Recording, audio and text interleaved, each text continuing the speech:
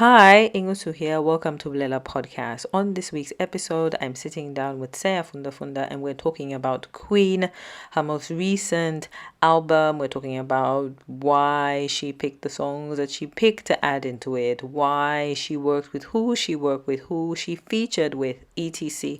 Stay tuned, listen to the end. This episode is divided into two. There's a part one and a part two. You will listen to part one right now, and later on you can listen to part two. Make sure you look through the description box for more information, where to find Seya Fundafunda on social media, where to find her music and buy it and stream it legally. Thank you to everyone that's listening to Bulela Podcast. I really appreciate you, as well as those who are watching. You will find Bulela Podcast on Instagram, on Facebook, and Twitter. I will leave links to the social media platforms in the description box. So let's get into today's interview. Please make sure you check out the comments and interact with Bulela Podcast on social media. I will catch you in the next episode. Hi, welcome to Bulela Podcast. On today's episode, I have Seya Fundafunda, and she has just released an EP. It's titled Queen, and today we're going to talk about that and whatever else Seya would like to talk about. If I look down, it's because I'm trying to read my questions and look at the face of my lovely guest on my screen. I would like to start off by asking you, Seya. Okay, please give a little intro, okay, in case there's some people who live under a rock and they don't know who you are, what you do. Okay, you have the mic. All right. Well, firstly, thank you so much for having me on your podcast. I've been following you, and so it was exciting to hear from you and have you reach out and say, "Hey, I want to interview you." So, thank you so much for having me on your podcast. For those who don't know who I am, and there's quite a number of y'all, so I am Seya Fundafunda. I am a singer, songwriter, and a filmmaker, aka creative content creator. I am based in Lusaka, Zambia. I love music. Music has my heart. I think for the longest time I shied away from music and performing or recording. Yeah. But life is short, and so I took the risk. I dove into it. Hasn't been the easiest journey, but each time I release music, it's almost like the universe affirms and says, "Yes, you're doing the right thing. Keep going." So that's a little bit about who I am. Okay, super. I'm glad that you said that you've been following Bulela Podcast and you're happy that I reached out, because another question I like to ask my guests is, are you a fan of Bulela Podcast, and do you have a favorite episode that you've listened to? Ooh, don't put me on that spot. Well, you can fix that after we finish this one. After we finish uploading this one, you can listen. I follow. I think on Instagram and on YouTube. Yes. So yeah, the alerts like, hey, let me peep what's going on. Who she got on this week. Good. You heard. We're on Instagram. Bulela Podcast is on Instagram and Twitter. And okay, so I would like to speak about your work in music. Okay, I love that you mentioned a little bit about being a filmmaker. So I might ask you a question about that, but I'm really interested, and I want my my listeners and my viewers to go into the description box of this video, of this podcast. There'll be a link to Seya Fundafunda's most recent project. It's called Queen. Okay, so now Queen is now. Tell us a little bit about your musical growth up until the release of this musical project. Yeah.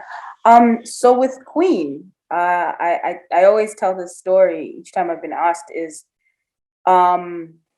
we started recording it in late 2019, and then the pandemic hit.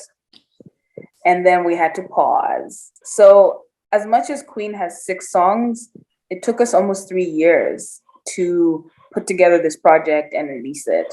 There were so many things that we had to overcome. And there were so many moving parts to it. As for those who may not know, when you are recording music and you want to release a solid project, you tend to collaborate with some of the industry's best. And I worked with the best, in my opinion. And so, yeah, we, at one point, shout out to So Good Entertainment, where we recorded, and they had to shut down at some point, because of, the lockdowns and everything else that was going on at that time. And then when it was safe enough to go back in the studio, we continued doing that. But prior to releasing the EP, I had released some singles prior to Queen. I had collaborated with a couple of big names, one of them being Mag 44, shout out to him. My ever single, Cody, I recorded with him, and collaborated on that, and he features on that song. But then, I released other songs like Beautiful, which has become an anthem for some women, which to me makes me happy. Most of us, yes. It makes me happy because it's done what it was supposed to do, and it's still doing what it's supposed to do.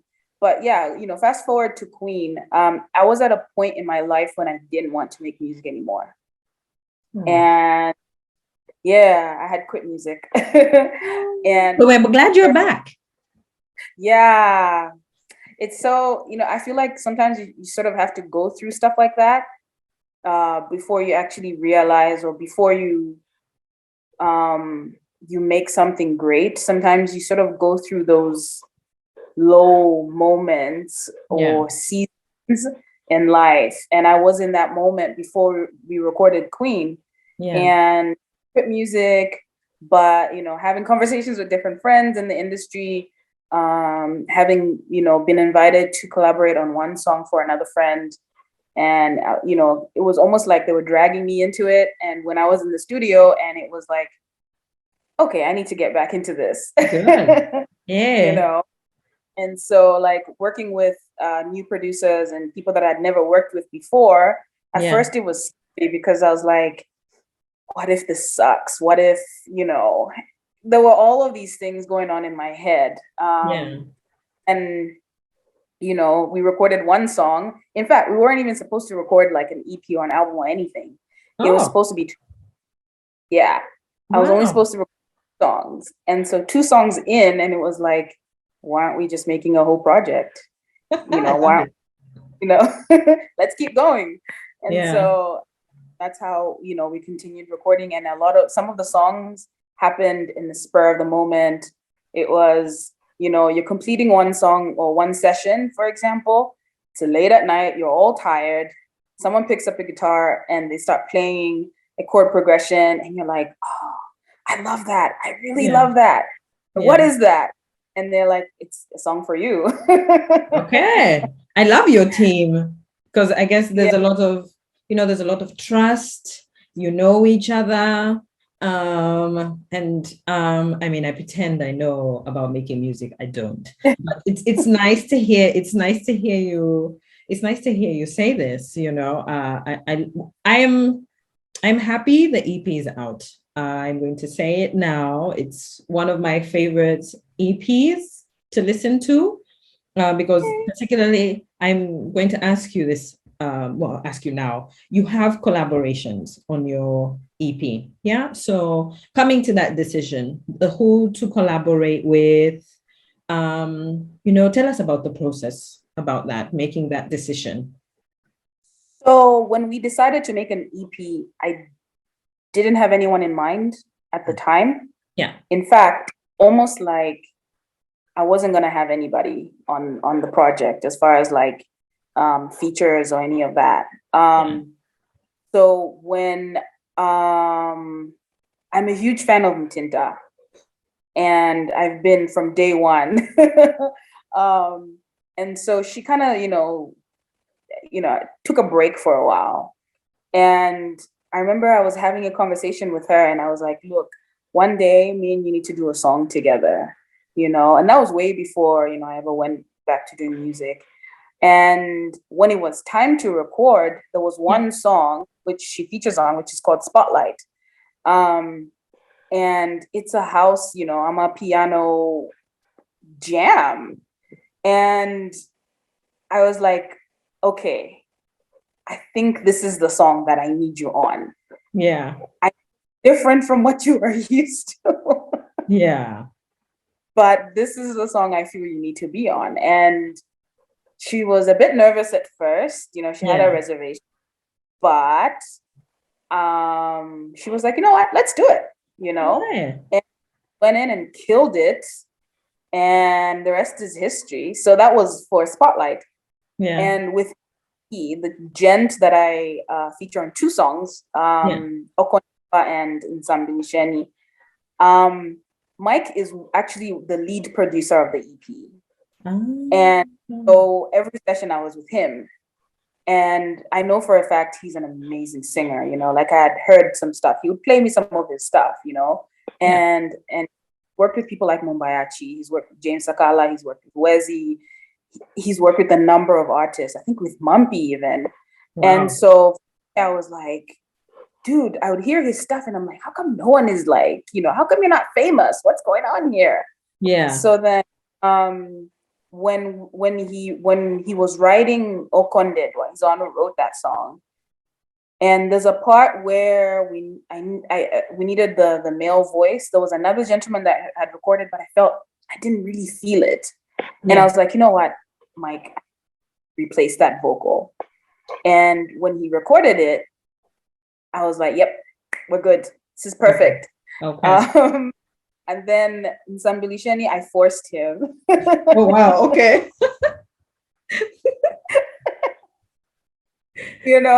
We did the first verse and I was just like, I don't see myself doing the second verse. Yeah. That's going to be you, buddy. Yeah. And okay. I'm like, you're doing this. Okay. You are doing this. And he wrote his verse in Tumbuka. It was beautiful. Late vocals, and the rest is history. It was beautiful. And so, like for Mike, it was kind of in the moment. But with Mtinta, is separate. Okay. I love. Thanks for the background, because when you listen to a song, and especially when I saw Mtinta, I'm glad you started with explaining that, because we know Mtinta had taken a break. I mean, sometimes you see people tweet or comment on social media, oh, what happened to Mtinta? Oh, where is she? Oh, she was such a... So very happy that you have her on Spotlight. And then Spotlight is this Amapiano beat. Amapiano is the only thing out after Afro beats in West Africa is the next thing that everyone is talking about. So I was especially proud of your delivery of it, because it worked. It just worked. I don't know. I mean, I'm giving you a little sample of my reaction video, because that's what's coming in a bit after this. But I loved it, and kudos to you and Mtinta and your producer. I mean, it's like I said, I think you trust each other, and it shows. It shows in the delivery and the quality of the work. But anyway, this is not a reaction video. And that was part 1 of my interview with Seya Fundafunda. Please check the description box for a link to part 2, so you can listen to the entire interview. Thank you for listening. Thank you for interacting with Bulela Podcast on Instagram, Twitter, and Facebook. You are highly appreciated, and I will catch you in the next Bulela Podcast interview.